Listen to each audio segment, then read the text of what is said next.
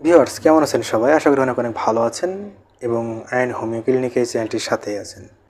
আজকে আমি আপনাদের সঙ্গে পুরুষ দেহের একটি হরমোনের বিষয় নিয়ে আলোচনা করব, যে হরমোনটি একজন পুরুষের ক্ষেত্রে অনেক গুরুত্বপূর্ণ ভূমিকা পালন করে থাকে। আর সেটি হচ্ছে টেস্টোস্টেরন হরমোন। কখনো কখনো অনেক পুরুষের ক্ষেত্রে এই টেস্টোস্টেরন হরমোনটি কমে যেতে পারে, অর্থাৎ যে পর্যায়ে থাকার দরকার সেই পর্যায়ে না থেকে এটি উল্টা দিকে অগ্রসর হতে পারে, অর্থাৎ টেস্টোস্টেরনের যে মাত্রাটি সেটি কমে যেতে পারে। আর যদি এই টেস্টোস্টেরনের মাত্রা যদি কোনো পুরুষের সঠিকভাবে না থাকে, তাহলে সেই পুরুষের যৌন জীবনে অনেক বিরূপ একটি প্রতিক্রিয়া দেখা দিতে পারে। এখন এই টেস্টোস্টেরন হরমোন কমে যাওয়ার যে মূল কারণগুলো রয়েছে, আজকে সেই মূল কারণগুলো নিয়ে আপনাদের সঙ্গে আলোচনা করব।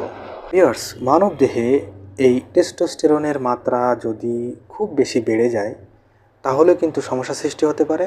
আবার যদি এই টেস্টোস্টেরনের মাত্রা একেবারে কমে যায় তাহলেও কিন্তু সমস্যা দেখা দিতে পারে। এটির স্বাভাবিক পর্যায়ে থাকাটি খুবই জরুরি।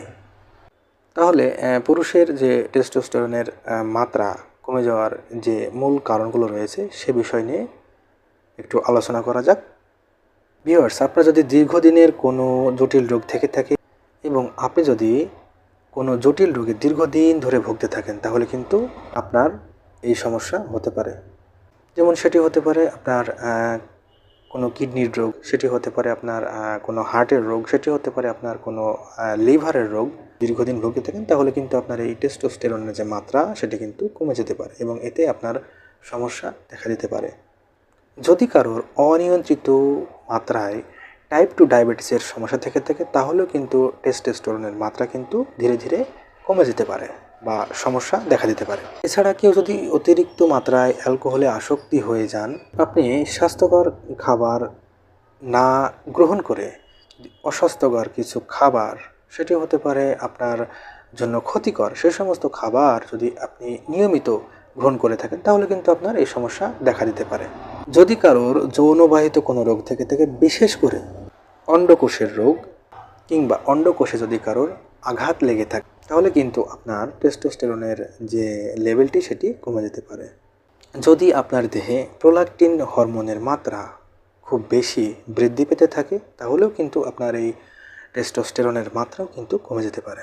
এটি আপনার সমস্যার কারণ হয়ে দাঁড়াতে পারে।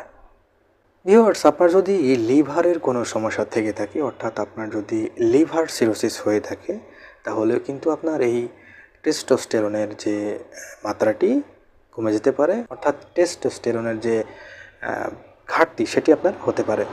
অনেকেরই জেনেটিকভাবেও এই সমস্যা হতে পারে।